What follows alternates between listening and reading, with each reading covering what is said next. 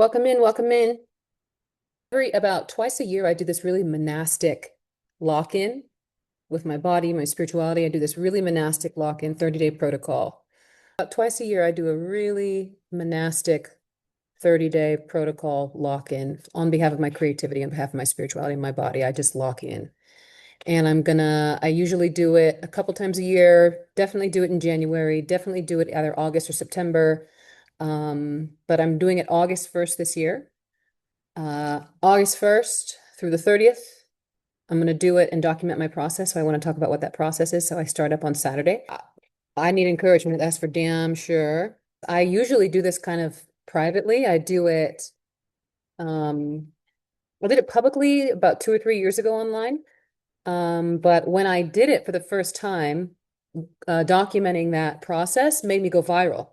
And then I started teaching a course based on that, and it's now called the Villain Challenge. It's the thing that, at least online, that's what people know me for.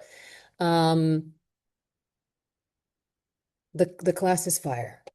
It's, if I can say so myself, it's the thing I'm most proud of that I've created in terms of my online world. But what I want to focus on today is my commitments to this challenge and why I'm doing it. And I want to talk about locking in and being monastic on behalf of your creativity in general. So yeah, and if you're here, please give us a like.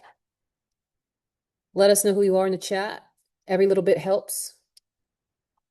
I hate this scar on my face. My skin has been looking so good, but I splattered hot oil from cooking all over my face.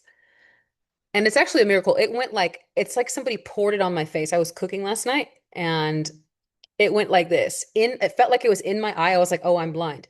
It went like this and it was so hot. And I was like, miraculous. I was like, I was like, I swore I felt this in my eye. I don't know. Sometimes I feel like I'm so protected because my dumb ass. But anyway, it looks like an acne scar, which I don't like because my skin, having fasted and been taking such good care of my body, which we're going to talk about today, it looks like this hormonal acne that's been taking me like years to get rid of, and it's not. It's a burn. But having splattered so much hot boiling oil on my face, I was frying fish last night. Look, I'm happy about this. What are we talking about today? I'm starting a 30-day protocol. I've done over the last several months, I've done various short protocols. Last time we talked about stuff with my acupuncturist, that's some things that my acupuncturist has prescribed. Before that, we talked about a 3-day water fast that I did. Before that, I've spoken about a 7-day intuitive eating process that I did. And everything I talk about, I'm not a health expert. I'm not a wellness girly. I do talk about creativity. For those of you who are new, if you haven't heard my content, my name is Vanessa. I survey art, culture, world, religion, philosophy, mysticism, everything for wisdom about the creative process. And I argue aggressively, full time on the internet, that your body is a critical aspect of your creativity because the body is a creative aspect or is a critical aspect of your spirituality. And I am, if you can say famous, the claim to fame that I do have online is from something called the Villain Challenge. The Villain Challenge is what I now call it. It's like 75 hard, but for your creativity. It's a 30-day protocol that I lead people through. It's a 30-day protocol and challenge plus a very rigorous, but very rewarding creativity course that takes you through the gauntlet. And it's all centered around two things: embodiment in these rules and creativity through the lens of mythology, shadow work through the lens of mythology, which I want to talk about all that today. But it started 3 years ago when I took myself, when I went public on the internet. This is how I went, one of the reasons that made me go viral. I documented my experience with my 30-day monastic protocol on behalf of my creativity. So a very rigorous 30-day lock-in built on these ancient sources that I survey: ancient philosophy, ancient mysticism, the old desert fathers, the old mystic traditions, etc. The old even samurai, the old warrior traditions. I built a protocol for myself based on that for my creativity. I think there's a lot of stuff out there that's about locking in on behalf of your wellness, locking in on behalf of your body, your goals. But what about a lock in for creativity? And I argue that creativity is the thing into which you need to be locking in. That creativity is the thing. That your body was designed above all other functions to be creative. And if you devote yourself, your body, your movement, your meditation, not to meditate for the sake of meditation, not to exercise for the sake of fitness, but to exercise, meditate, etc., for the sake of your creativity, that is an input, a goal, an intention that your body values more than anything. We were designed to create. So I want to talk about the protocol. The protocol is the following: a daily 45, it's like 75 hard, like I said, but it's tailored to creativity. It's this interpretation of everything that I've learned from the ancient spiritual texts about what is critical about the body towards unlocking your creativity. Is a central theme in my classroom with my students, with my clients, etc. And all my content is going to war a little bit, going to battle against the belief that people have that they are broken, that the self-help industrial complex is a place where people yeah, they tend to fix themselves. They Google themselves to death. They think that they're broken. Um, and at the same time as that, external hegemony of this self-help industrial complex is, you know, raging against us. At the same time, if I ask my clients, my students, if I pose this question on my social media, there is this, if I ask them to reflect on, do you feel at once stuck in your creativity, stuck in your spirituality, and stuck in the body in some way? And what this challenge asks everybody to do, myself included, isn't to interrogate the relationship between those two things, to put all those two things on top of each other, to transpose them all on top of each other where I believe they all belong, that your creativity is a spiritual endeavor, that your spirituality is connected to your creativity, that your body is the linchpin between both, that the body facilitates effective creativity and effective spirituality. What is the protocol that I take myself on? Daily 45-minute workout, daily 45 minutes on your creative work every single day. So for 30 days, you're creative every single day. And depending on how spicy I'm feeling, it's either 45 minutes of creative work, or it's 45 minutes of the creative work that I tend to avoid. What else? Daily journaling. So writing every single day. In the Villain Challenge, we do this when you take the course, we'll talk about the mythology in a second, but when you take the course, you journal every day in the voice of your inner villain. The villain in mythology being the character that antagonizes the hero's coming of age.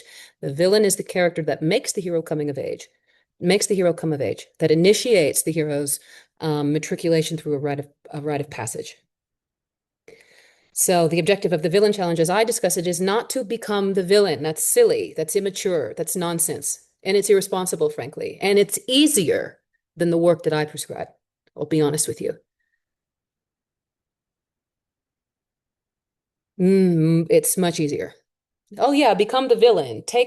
Become the main character. Seek vengeance. Be selfish for once.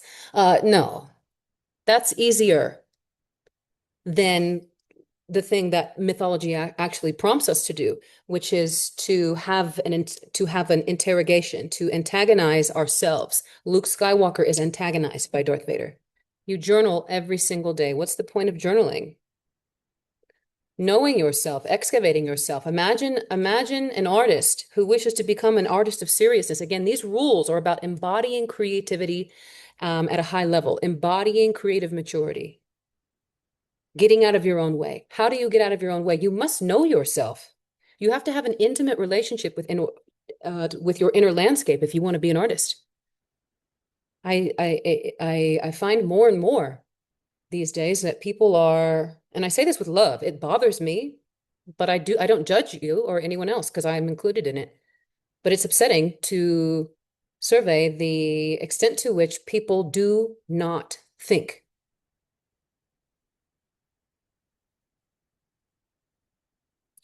Rather, people regurgitate things that they've seen online. You ask a friend for advice and they don't have anything to say. They don't sit, if you ask a good friend for advice, when's the last time someone just sat and thought about it for you? Like, hey, man, let's figure this out.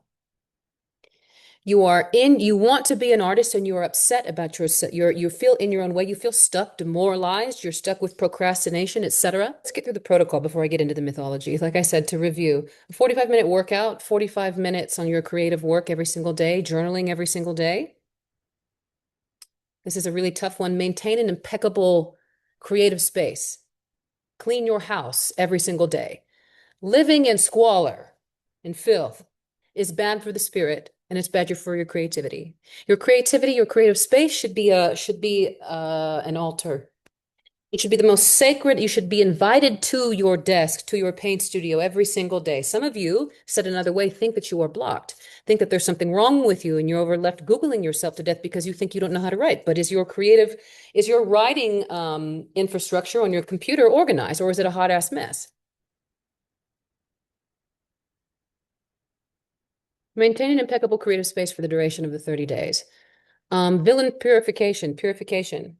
So for 30 days, I abstain from a vice. Cold turkey. I don't just abstain from the vice, I journal and reflect on what comes up for me in the abstinence, in the space. There is a lot written in the in all philosophy, in all traditions, but as the Hindu tradition gets it exceptionally clear for me. I'm Roman Catholic, but the Hindu tradition is exceptionally clear that there is an incredible relationship between your vices and your creativity, that you will discover more about your creativity, its essence, what you need to be doing, your voice, etc. if you abstain. Finally, daily meditation. In the Villain Challenge that I host, that I teach in the class there's a class that I run about the Villain Challenge. It's a challenge we do together, and it starts in September. The waitlist opens on August 1st. I had to start it early this year. I think it's going to sell out really early. So if you want to get on the wait list, you can check link in any of one of my bios. When I teach it, I say 10 minutes minimum for meditation. I'm going to be doing an hour.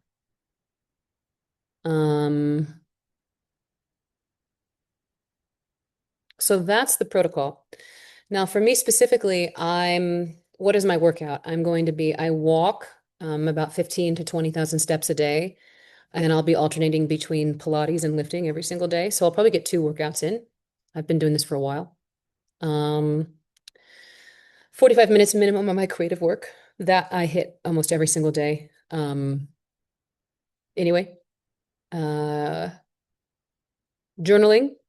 I will be journaling. And I have journal prompts that I give in the Villain Challenge. They're rigorous. The journal prompts are about helping you find blocks and find deeper resonance, deeper potency in your work. And just thinking about your creativity, giving myself 30 days, a dedicated journal, many, but this is one of them, a dedicated journal where I'm staying focused, journaling every single day, discovering new corners of my creative voice, brainstorming, getting excited, documenting and exploring fears, etc. Cleaning, that's pretty clear. Clean every single day. It really makes a difference, guys. Cleaning, I mean, to the extent, I mean, I've talked about this a lot in my classroom, on my virtual classroom. I haven't talked about this a lot online, a little bit, but there's an aspect of your creativity that is dependent on you tapping into and participating in your own dignity, walking around as if you were not given one of the most profound gifts and graces and supernatural virtues of free will, using that free will to live in filth is desecrating your entire life. You have free will. You can operate with exceptional dignity. You can do whatever you want. And that's God's gift to us. Cleaning your space. I'm not saying I live like this 24/7. I'm getting better at it because I teach this stuff. One of the other rules is abstaining from a vice, purification. What the old desert fathers, what the old Catholic theology calls it as active purgation. You're lending your faculties towards free will. You are strengthening your free will. There's this idea that, people think about discipline, but when they're trying to discipline themselves, they're still working against their free will. They're still fighting discipline. You're fighting against yourself. Free will is, man, no, I can do whatever I want. Active purgation, purification, abstaining from a vice is a manner of active purgation where you can intentionally lend your faculties towards strengthening of your will,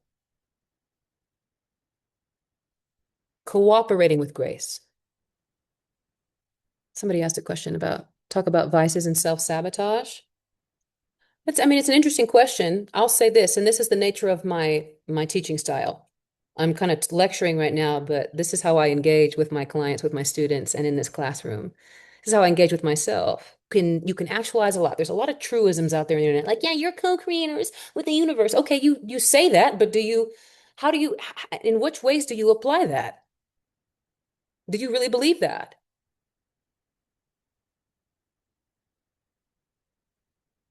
Co-creation. I am a vessel.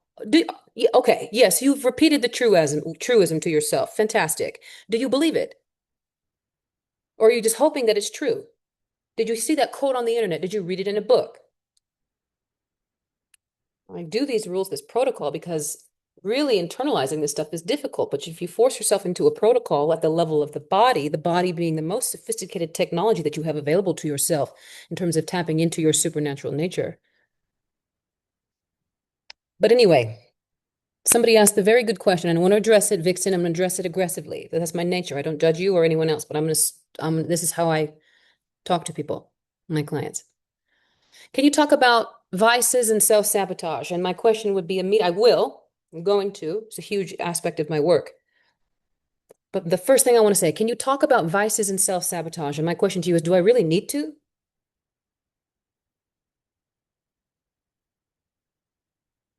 Do I really need to?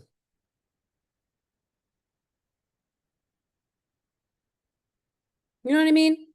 When I say that, do I really need to expand? Do you not know deep in your bones, all of us, it's not just for Vixen. This is a very good question, and I'm happy to engage with it. Do I really need to explain at all the relationship between self-sabotage and a vice? Or do you deeply know in your bones that your vice is self-sabotaging and that you self-sabotage with vices, that you know that that's the function, you know that's why you're doing it? And this is something, and my point is not to be harsh, because not at all. I appreciate your question. It's a good question, but I want people to understand what I'm on as a creativity consultant, teacher, whatever you, coach, friend, whatever you want to call me, comrade, whatever you want to call me, disciple, is that your creativity does not need more than your creativity needs to read another book about the relationship between a vice and self-sabotage. Your creativity needs you to develop a process of listening to the wisdom that you already have within yourself. That your creativity needs you to realize your dignity, your self-esteem, not your self-esteem, excuse me, your dignity, your autonomy, and the unconditional love that you have from God. And that needs you to follow your own voice, make your own mistakes. You don't need to outsource it anymore. I'm happy to talk about it. I'm happy to talk about it. Deep down, you already know. So if you deep down already know the relationship between a vice and a self-sabotage, if you deep down you already know that answer, that means that you already deep down know what you need to be doing next in your creativity. You know what sentence to write. You know that you can do it. Do you see what I'm saying? Now, to actually address the question, because again, it's a good one. What's the relationship between a vice and self-sabotage? I would more sooner be interested, frankly, in the question, what's the relationship between a vice and creativity? That's the question. Who gives a shit about self-sabotage? The answer is that that when we self-sabotage, we're in some sort of cooperation with evil. That's my thesis. Why on earth would I use my free will to dampen any aspect of the Big Bang that God creates in me? Why would I go out of my way to stop that? My goodness. My God. May God forgive me. But what the question is, the more interesting question for me is, what's the relationship between vice and creativity? There is a constellation, a cascade of, and thank you for the likes, guys. Keep them coming. It helps me a great deal. I am at war with this, not at war, but getting discovered in the algorithm is not easy, as you all know. That the relationship between, there is this constellation of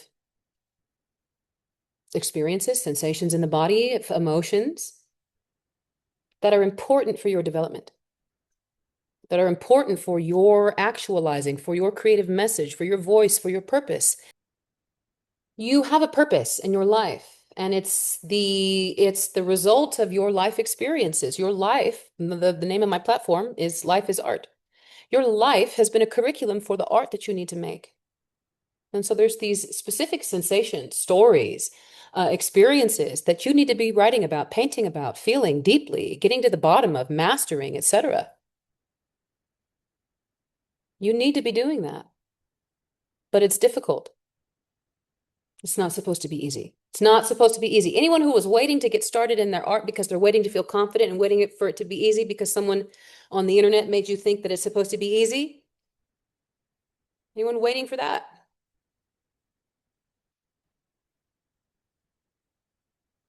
Waiting to feel confident. How do you get started? How do you feel confident when you get started? Man, you're not supposed to be confident. Who said that? Where in the Bhagavad Gita, in the Yoga Sutras, in the Tao Te Ching, in the Upanishad, in the parable of the sower, does it say you must be confident before you start doing God's work?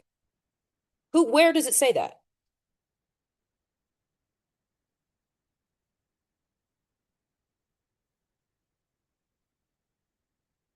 You know what I mean? Your vice, if you abstain from your vice, it's not just about abstinence. It's not just about going sugar free. It's really frustrating to me about the wellness culture. Abstain. We don't just abstain for the sake of abstinence. We don't just abstain for the sake of wellness. The purpose of being alive is to create. That's the purpose of your life, is to create. That is the realization of your dignity.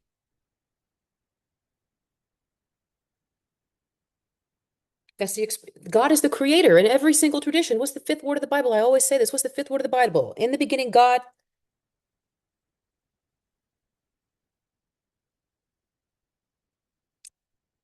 Googled his attachment style.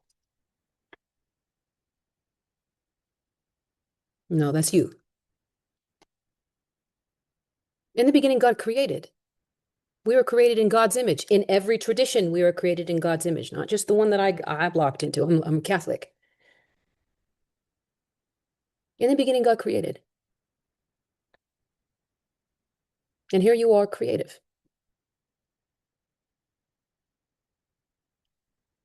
Wait a second. You're a creature. You're a creature.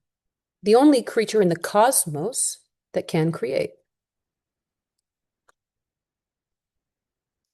If you abstain from a vice with the intention of learning more about your creative self, you're gonna be blown away by what you can discover. There was a relationship between the most important aspect of your creativity and your vice.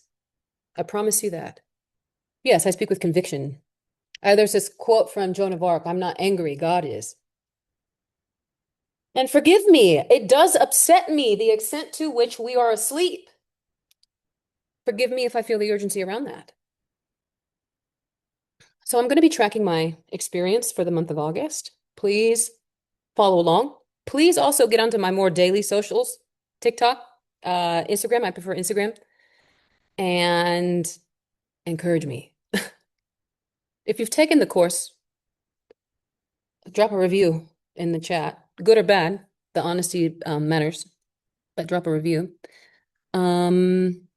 what I was saying about vices is that your vices reveal details about your creativity.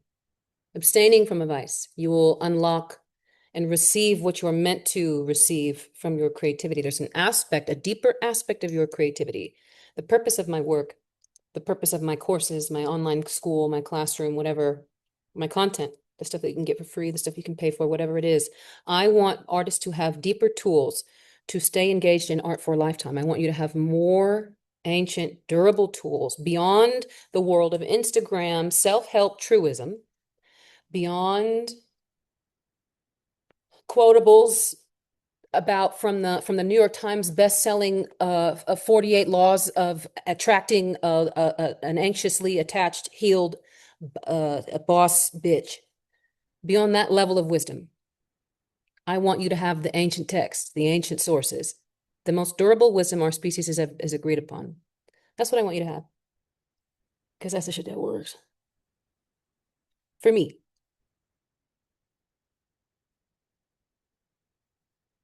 Um, yeah, abstain from advice. How can we stop expecting art to make us feel good, to prove our worth? Your worth is not on the table. You are unconditionally loved by God. Unconditionally, you mistake worth within the marketplace, within capitalism, for worth that the worth of yourself. One is a spiritual question. You're asking your job, your vocation, your talents, even in the result of which to fulfill a spiritual need. To feel your own worth, that's a spiritual consideration. The spiritual consideration should at one point get you to be like, damn, I'm already perfectly whole as I am. Sinner, flawed, mistaked, abandoned, mentally ill, mean to people sometimes. I'm whole.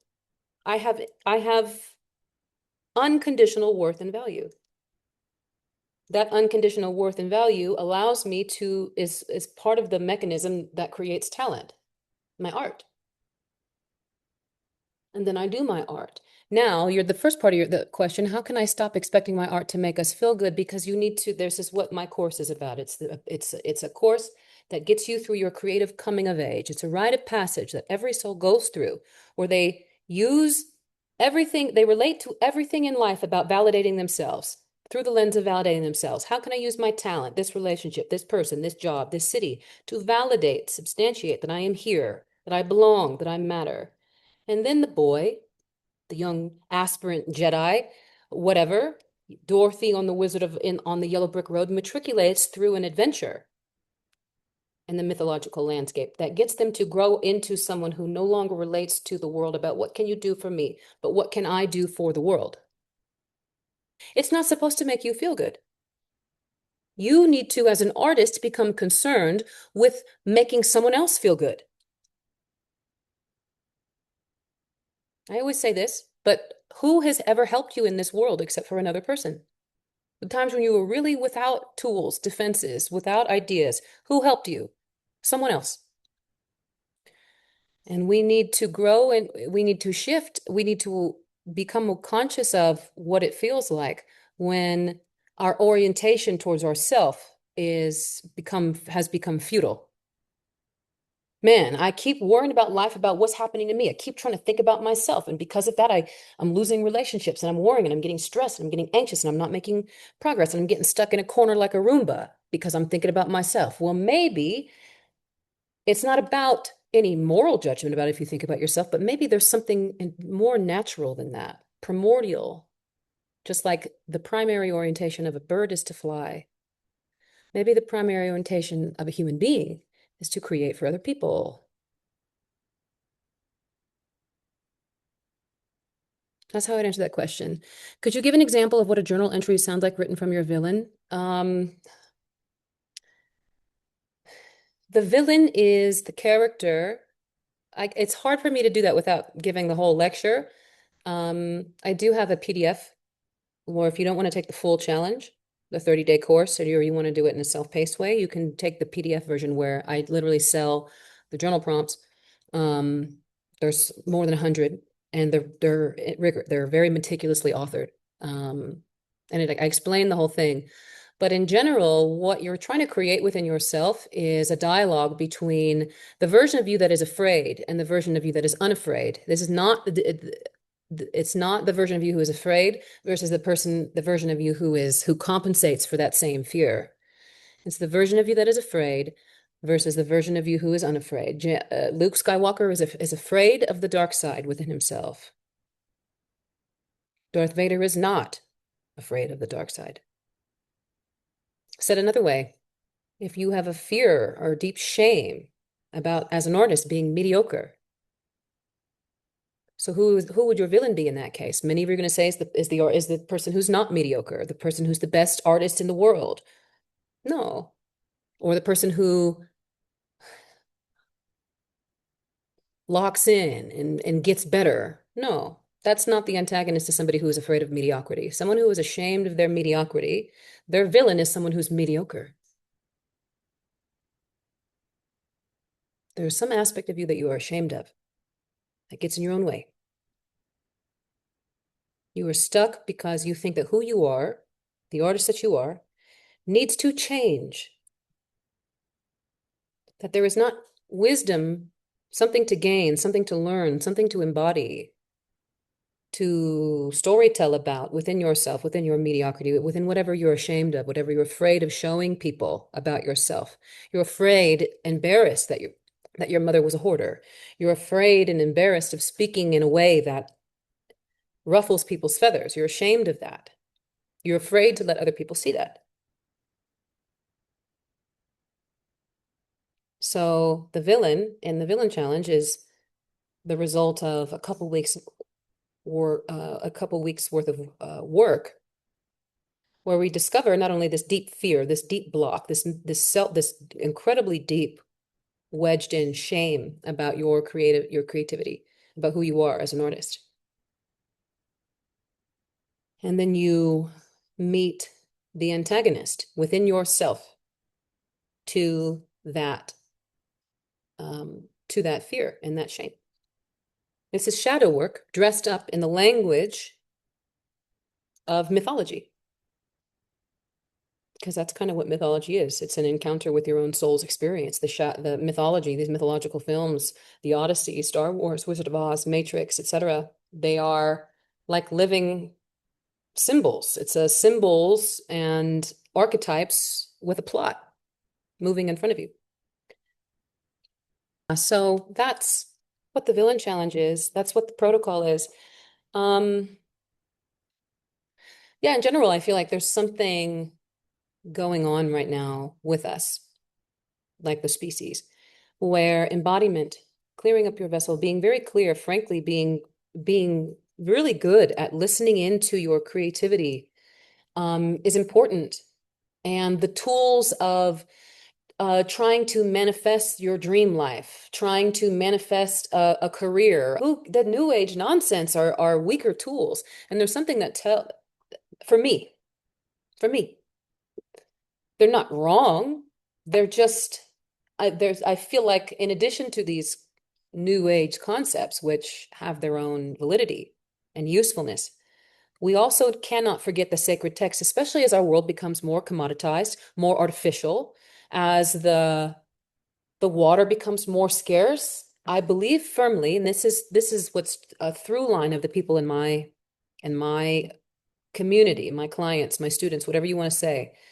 They have exceptionally massive ideas inside of them, and they have nothing to show for themselves.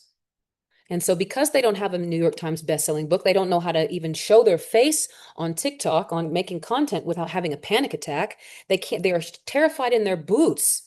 They're shaking in their boots to put anything out. But then when I get in there and I learn about their work and I help massaging it and I help cheerlead it the way that I do, the ideas are, I promise you, are going to change the world.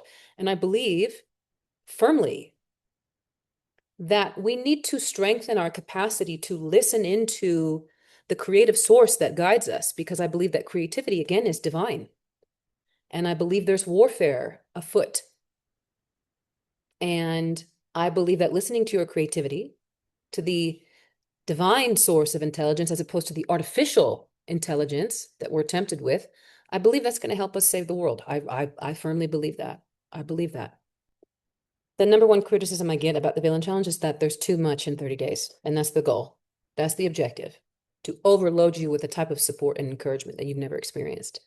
So it's the course. So what comes in the course is 6 lectures with me. The lectures are long and full and transformative. Uh, I can say that with utter confidence. Um,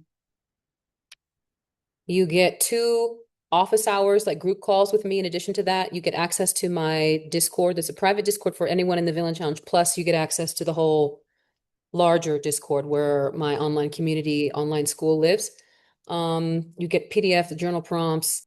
Jacob asks, everyone listen to this. If you take, there's a lot of people who've taken the Villain Challenge in here now. So let me ask you this. Will the Villain Challenge make you fall in love with the process of art making again, and why?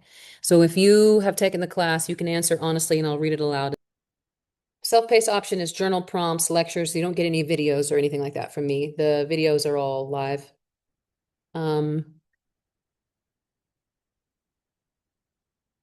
With technology trying, so there's a question waiting for alum of the Villain Challenge. Does the Villain Challenge make you fall in love with the process of art? There's a whole 2 weeks in the Villain Challenge where we talk just about creative process. AJ says 2 Villain Challenges in his and he's also done summer school. Just go ahead and take the leap, y'all.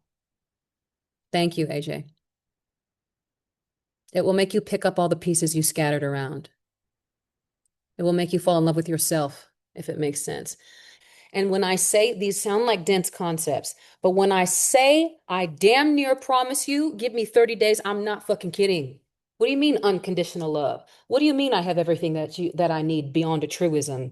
What do you mean? What do you mean I am immensely gifted, even though I don't have an Oscar yet. I haven't figured out how to go viral, even though no one at all in my history of my life has validated my art. What do you mean? Give me 30 days. Give me 30 days. It is my assignment from God to do this. The whole challenge is thrilling and you'll be crying by week 3. God needs you to take your creativity seriously. Somebody asked a question about it was a good question. Let me go back. With all the technology trying to supersede us as the superior species, how do you see our future? Victorious is how I see it. And artificial intelligence is nothing compared to divine intelligence. And the artificial intelligence knows that. How do you deal with external expectations, get a real job versus pursuing your dream? I don't. This is what I mean. This is a good question. How do you deal with external expectations versus feeling called to do what your art is? I don't. And it's not because I'm fancy or special or gifted or have loving, supportive parents. Lord knows I do not. When I say how do you deal with external expectations, I don't. I put my head down and I pray and I ask for support and I strengthen my body and I get the right people around me, because what you have to, and not because like, oh yeah, I don't deal with that. Of course I deal with external expectation. Of course I compare myself to people night and day, but you have to develop a process, a relationship with your creativity, where at some point you sit down and you listen. You can hear 100,000 people say you need to do this, but the only voice you're listening to is God, to your own source of inspiration. What are you supposed to be doing with your life? What is your purpose? What do you need to be doing? Not what do you want to be doing? Not there's no wrestling. You're locked in, because I don't know how old you guys are. I'm 38. When I'm 25, yeah, you can kind of be a little confused. But I'm closer to being an elder than I am to being a child at this point in my life. Closer to being an elder than I am to being a child. I must lock in, because now there's Generation Alpha, little babies who in 20 years are going to be asking me for advice. I need to create a world for them, a body of work that has the answers, the codes. Thinking about your motherfucking self is not it. What's going to happen in 20 years when some kid asks you for advice and the only thing you can say is like, well, sorry, I've been thinking about myself and I've just been worried about what hurt me. Your creativity has solutions about how to be useful to the species.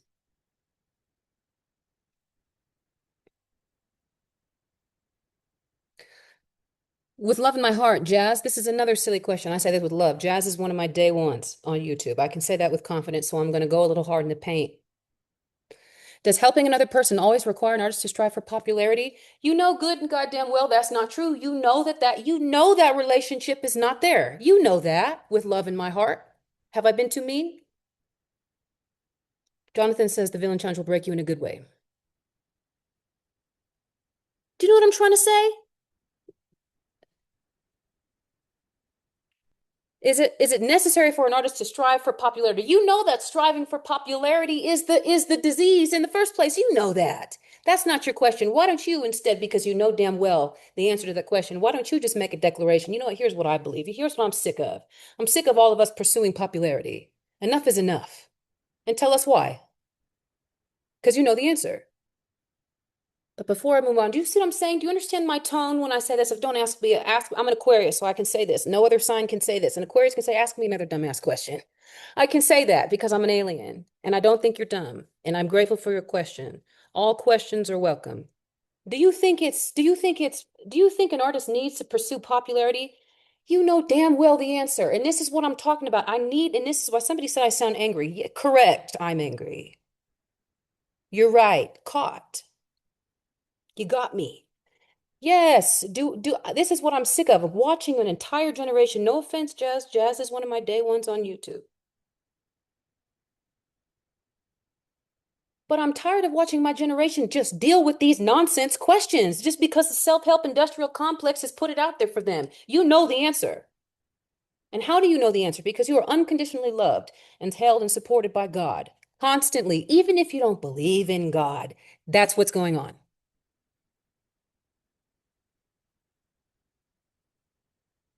Your art needs you to realize that and climb up and up the ladder of dignity to be like, hold on, sorry, I forgot who the fuck I was.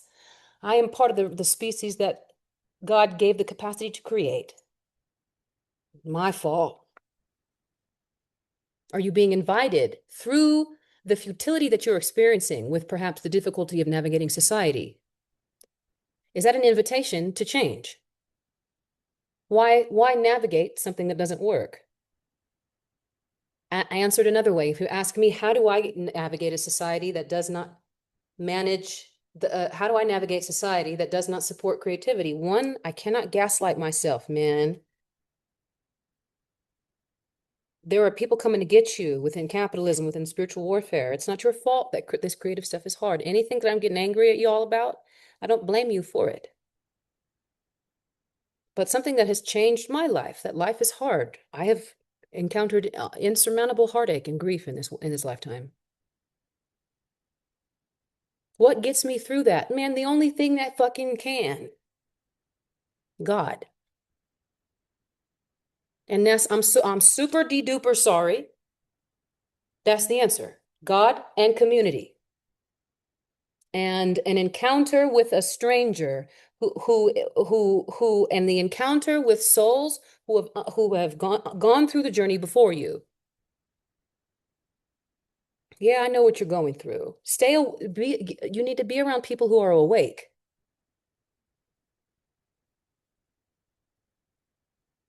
I don't think AI art is necessarily destructive. I think that human beings using AI to microdose, to synthesize, to recreate in a synthetic way human experiences, human emotion. I think that's the danger. I think it's a Faustian trait, trying to have human encounters. I believe that I think people use AI art for reasons, but I think that it creates shortcuts. There are things, human beings are forged within friction. Human beings are forged within friction, difficulty, failure, heartbreak, you trying to learn something, but you're about 5 years away from developing the skill you need to learn. The issue with AI is that it lubricates you out away from necessary friction. So that's my issue with AI among many. Anyway, I'm going to be doing this protocol I talked about in the first half. I'm going to be doing this starting August 1st for 30 days. And then I'm going to be teaching it starting September 1st. Please follow along to any one or both. But I need to go. Thank you very much. This was very good. Please like, follow, share, engage. I am dependent on the algorithms. Thank you very much for being here. May the force be with you.